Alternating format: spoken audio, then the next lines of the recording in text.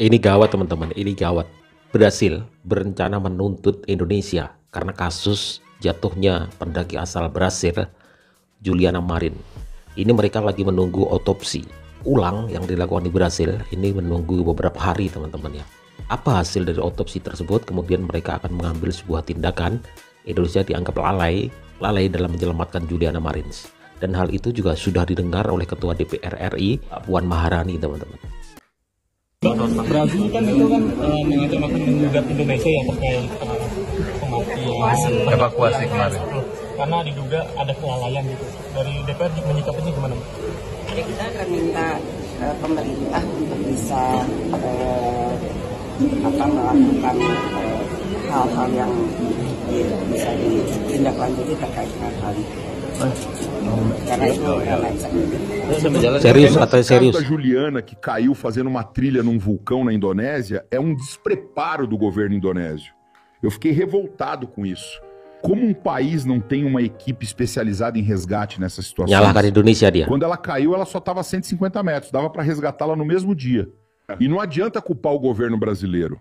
Não é culpa do Brasil. Culpa é de um país turístico não ter estrutura nem equipe especializada em resgate. Brazil ngamuk ke Indonesia soal Rinjani, tapi mereka lupa satu hal. Ya teman-teman, Juliana Marin, pendaki asal Brazil meninggal di Gunung Rinjani kan, dan kita tahu beritanya. Kita semua sepakat, ini tragedi yang sangat menyedihkan. Tapi sekarang pemerintah Brazil malah ngancam Indonesia mau bawa ke jalur hukum internasional. Lah, emangnya kita ngebunuh? Faktanya tim SAR Indonesia itu udah kerja keras nyelamatin dia, tapi cuaca memang buruk teman-teman. Dan satu hal itu keterbatasan alat yang memang bikin proses penyelamatan jadi lambat. Mereka udah kerahkan drone, evakuasi manual, sampai pakai lifting. Semua dikerahkan, tapi tetap aja alam ya lebih kuat. Sekarang kabarnya Brazil itu bilang mau otopsi ulang. Otopsi si Juliana Marin ini. Mau ancam laporan ke Inter-American Human Rights. Guys, ini Indonesia, bukan Amerika Latin. Kita punya aturan, prosedur, dan kita juga punya rasa empati kan. Jangan mentang-mentang di negara luar lalu semua serba salah Indonesia. Jelas kita harus tegas dan jangan minder. Kalau ada evaluasi, ya ayo perbaiki. Tapi kalau sampai seolah-olah Indonesia digambarkan lalai atau kejam, itu jelas keterlaluan. Dan gimana coba share pendapat, drop komen teman-teman. Rencana pemerintah Brasil yang akan melayangkan gugatan ke pemerintah Indonesia. Ini dari Balai TNGR ada tanggapan nggak? Balai Taman Nasional Gunung Rinjani nih ya. Kami sudah melakukan yang terbaik bagi ini. Artinya masih ada kekurangan atau penilaian silakan aja, gitu ya. Ini kan SOP sudah dilakukan, terjadi kecelakaan seperti ini. Apa alternatif yang disiapkan dari TNGR sendiri? Ya, apa? Tadi saya sudah sampaikan, kita belum lihat apakah SOP ini sudah pas di lapangan. Kalau memang ada hal-hal yang perlu kita revisi, kita revisi. Gitu. Terkait yang lain-lain, apa termasuk asuransi, apa segala peralatan, apa segala yang perlengkapan, ya kita sebagian dari evaluasi itu kejadian ini. Gitu, ya. Lebih tegas soal apa pemerintah Brazil yang menuntut otoritas di Indonesia soal penanganan Juliana. Apa yang mau disampaikan oleh TNGR soal itu? Tadi saya sampaikan, bukan ini sebenarnya. Kami sudah tim evakuasi lah. SAR gabungan sudah melakukan yang terbaik. Dari awal mulai jatuh informasi kami mempersiapkan tim apa segala sampai akhirnya 5 hari itu baru bisa naik kan.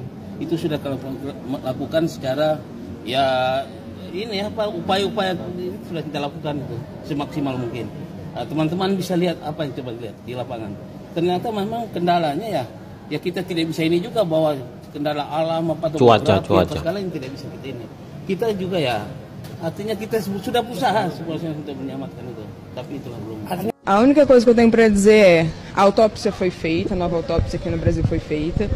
Agora a gente está na expectativa do laudo, que não sai hoje, demora alguns dias por conta de alguns exames que tem que ser feitos na minha irmã. Então eu agradeço muito a todo mundo que tem apoiado. Espero que meu pedido mais uma vez é não esqueçam Juliana, que ainda tem muita coisa que a gente tem que pedir por ela. Juliana, eu acredito que ela sofreu muita negligência nesse resgate, então a gente vai continuar atrás, né, das providências e tudo. Uma coisa que a gente tinha medo é que Juliana ficasse desaparecida. Então, apesar do resgate não ter acontecido no tempo hábil, né, para Juliana ter saído com vida, pelo menos a gente está com Juliana de volta no Brasil. Então, assim, é muito importante. Eu sei como é importante para todas as famílias quando tem esse desfecho.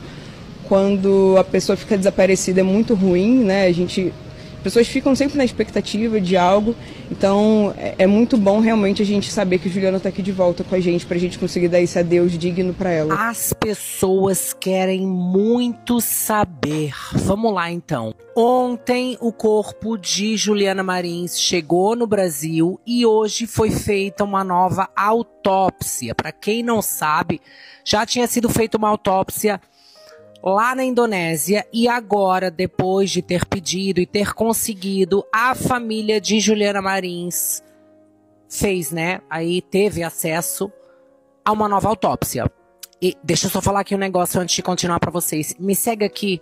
Eu tive um problema na minha outra conta e a gente tá quase batendo 10 mil nessa. Eu preciso muito que vocês me ajudem. Então, todo mundo que tá assistindo, aperta aqui minha foto e vem me seguir, gente. Tá bom? Muito obrigado. A irmã da Juliana Marins falou e ela tá satisfeita, entre aspas, não é? Embora o desfecho dessa história não tenha sido o que todos nós queríamos, inclusive a família. Indonesia akan dituntut oleh Brazil di Mahkamah Internasional. Ini adalah buntut dari tewasnya wisatawan asing asal Brazil. Ya, wajar kekecewaan itu adalah manusiawi dan juga ini adalah bagian dari dinamika demokrasi di dunia. Nah, teman-teman, alhamdulillah suara saya didengar, suara kita didengar. Kemudian Menteri Kehutanan dan juga Menteri Pariwisata sudah merespon keinginan kita semua, yang mana kita kemarin itu meminta agar semuanya diaudit agar bisa dievaluasi. Kemudian melalui Menteri Pariwisata sudah mengeluarkan statement bahwasannya seluruh pihak yang terkait baik itu SAR dan juga tim-tim seperti tour guide juga akan dipastikan kelayakan SOP-nya. Kemudian kedepannya semoga pemerintah bisa menganggarkan lebih untuk tim SAR ini berupa peralatan-peralatan canggih seperti drone pembawa makanan atau drone untuk hal-hal yang urgent seperti itu, dan juga helikopter yang mungkin bisa dijangkau kita beli yang ketahanannya tahan cuaca, tahan medan dan juga semuanya.